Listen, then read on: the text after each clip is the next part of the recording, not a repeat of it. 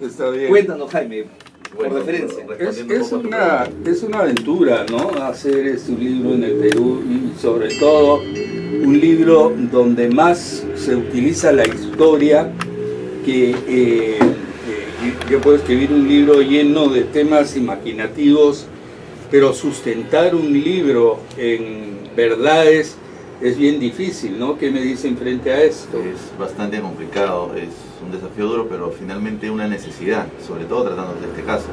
O sea, definitivamente nosotros no estamos haciendo literatura ficción, estamos haciendo un poco de literatura no ficción. O sea, están haciendo historia de alguna manera. Lo que estamos nosotros buscando con la investigación, lo hemos reiterado en los diversos foros que nos hemos presentado, es que no se cierre el caso, porque la verdad es que la investigación no cierra el caso, al contrario, plantea nuevas preguntas. Justamente con lo que decía tu hermano, ¿no? Herida abierta, pero una herida infectada. Yo creo que una cicatriz bien marcada. Porque o sea, una herida infectada es por la indiferencia o porque todavía hay respuestas bueno, el señor Tipe ha dicho una verdad, ¿no? Las cicatrices que quedan a veces pueden ser mucho más graves que una herida, ¿no? Y ahora, la pregunta que yo quisiera hacerle ya en unos minutos, yo tengo que retirarme y los dejo con Dante.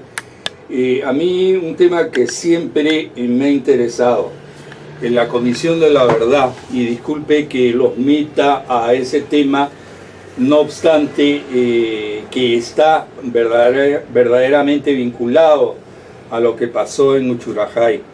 La Comisión de la Verdad, dentro del análisis que ustedes hacen y que tienen ustedes el conocimiento como para hacer un juicio, ¿debe ser mantenida tal como ha sido escrita o habrá que hacerle cambios? Hemos podido constatar que el trabajo de campo que se ha realizado no refleja el texto final, fundamentalmente en el capítulo referido a Uchurajay. Hay muchos testimonios que finalmente no son recogidos en el texto final y no sabemos los motivos. En este caso de Uchurajay son aproximadamente 20 testimonios de hechos puntuales, hechos que de alguna manera dan luces a lo acontecido ese día, pero que lamentablemente no está en el texto final. ¿En qué momento se fueron haciendo los cambios? ¿En qué momento se introdujeron? ¿O por conveniencia de quién? Exactamente. O se borraron, eso no lo sabemos. Pero las buenas intenciones que dicen, ¿ha habido una mano oculta, una intencionalidad, o simplemente ha sido un error involuntario o un desliz de haber ignorado esa... Pero hay que recordar que también, así como sucedió con la Comisión Maravillosa, la Comisión de la Verdad también comenzó a apretarse en plazos, comenzó inclusive a tener que entregar conclusiones contra el tiempo. Finalmente hay, como comenta Víctor, mucho material al cual nosotros mismos accedimos que no están reflejados en el informe final. Entonces es mejor aquellos que quieren hacer investigación sobre determinados casos. Yo les voy a contar una confidencia que creo que ya puedo hacerla con todo el tiempo que ha pasado. Hubo en esa época quien estaba presionando para que, e incluso ayudó financieramente, fue la Embajada de Alemania, ¿no? La Embajada de Alemania insistía en que para poder borrar las heridas al estilo de lo que hizo Francia y Alemania, era muy importante que se construyera una comisión de la verdad, que incluso se hiciera este famoso monumento, este local, también el famoso, así es.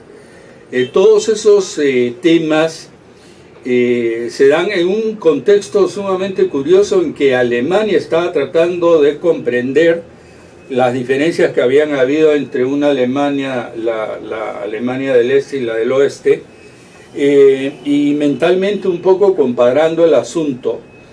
Y yo siempre le pregunté al embajador, con quien yo tenía mucha confianza, si esto no estaba produciendo una distorsión en lo que estaba pasando en el Perú, si el presidente de la comisión, el señor Lerner, Salomón Lerner, no Guiti, sino el bueno. Yo no sé cuál será bueno, cuál será malo, pero se llama Salomón Lerner, Febres, y él también tenía mucho diálogo con la Embajada de Alemania. Y entonces la pregunta que nos tenemos que hacer, ¿cuántos años han pasado? Si es que la historia, en este caso me parece maravilloso y importantísimo lo que ustedes están haciendo, si la historia no es mejor verla desde lejos en el tiempo que verla de cerca, ¿no? Porque viéndola tan de cerca, el tema se convierte en una observación en micro y no en macro, ¿no? Como ustedes me imagino que la estarán haciendo. Bueno, es verdad, creo que el tiempo y un poco la distancia nos permite ver con mayor claridad el contexto y lo que ocurrió. Probablemente en ese momento ya ha ocurrido, a muchos periodistas como nosotros en ese momento se apasionaron y vivieron la propia tragedia en carne propia. Entonces creo que eso les hizo perder perspectiva, hizo escribir con dolor algunas notas de opinión, con ideología. Eso es justamente lo que iba a comentar. La ideología de quienes participaron en esto no convierte el elemento en un probable resultado deformado. Sí, al comienzo sí, y creo que durante todo el proceso mucho se ideologizó el caso. Eso perjudicó tremendamente el análisis. Fue contaminando. Bueno, y yo la pregunta que les hago, bueno, el libro no sé cuándo va a ser presentado y cuándo saldrá, o si ya fue presentado, pero el ingeniero tenía la expectativa de tener un libro hoy día. No se trata de eso, porque cuando salga el libro igual lo vamos a tener. Lo voy a conseguir, y probablemente si el libro es bueno... Exactamente, el libro ya está en librería Virrey de acá de Miraflores, en la calle Bolognesi, pero también se puede adquirir en línea por www.ellibrochurajay.com. El libro se presentó. Muy probable que ya esté por ahí circulando también una versión pirata, ¿no? El jueves pasado se presentó en De la Rama, 500 personas asistieron a la presentación. Qué bien. Y el sábado pasado estuvimos en Ayacucho ante 100 personas presentando en la Universidad de Huamanga el libro. ¿Qué sentimiento en Ayacucho?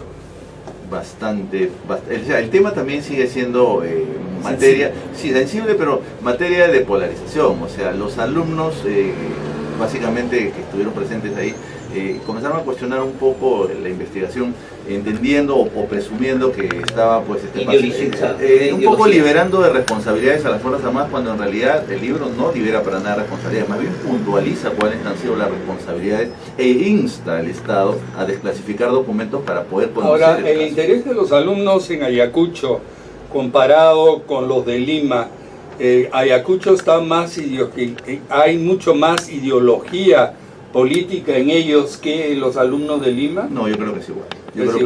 Es igual. Lo que pasa es que nosotros invitaríamos a quienes comienzan a criticar la investigación que primero la lean, y creo que por ahí debemos partir. Y hay gente que está pero es que es muy típico, ¿no? Nosotros criticamos una ley que nunca la hemos leído, criticamos cientos de cosas, porque los peruanos tenemos eso en la sangre, somos criticones desde que nacemos, ¿no? Sí, además esto de las redes sociales ha generado una licencia para que cualquiera opine sobre cualquier tema. Y anónimamente. Exactamente. ¿No? Ese es el grave peligro. Sí, además estamos en el reino de los opinólogos. O sea, todo el mundo cree tener la razón. Está bien, o sea, hay libertad de opinión. La pregunta es, el mejor opinólogo que había es el chofer de taxi, claro, ¿no? Probablemente. Pero es que es el más preparado también. Bueno, yo los voy dejando, voy a hacer un comentario antes de despedirme de los caballeros de usted, Dante. Hay un tema que tiene que ver con lo último que acaban de decir ellos y que debe preocupar. El presidente del Ecuador ha comenzado a intervenir en las páginas de quienes lo critican, y no obstante que son anónimas, ¿no? Ya ha logrado que se cierren varias páginas. Bueno, Correa es implacable con la prensa, ¿no? Inflexible, ¿no? Bueno, pero así, ¿no? Esto ya es algo nuevo, ¿no? Porque hasta ahora había habido impunidad, quién sabe sea la frase, a través de las redes sociales, ¿no? Uno puede insultar y los insultos son aceptados cuando son alturados por los políticos nuestros, pero hoy por hoy el mundo de la política se está manejando muchísimo a través de las páginas, y se partía del supuesto de la libertad o la independencia, pero Correa ahora lo acaba de mostrar de que eso ya no es realidad. Señores, yo los felicito por su maravillosa intención de añadir otro factor más a la historia de estos terribles momentos que vivió el Perú, que Dios quiera que no se repitan. Y para que no se repitan, es necesario que no se pierda de vista la historia y que las cicatrices no se disimulen como se suele hacer muy a menudo con maquillajes que también de alguna manera están maquillando el pasado del Perú y que no debemos jamás permitir que esto pase, ¿no? Gracias. Se quedan con don Dante Díaz. Vamos a una pausa comercial, vamos a unas fotos para la página web de la radio. Regresamos.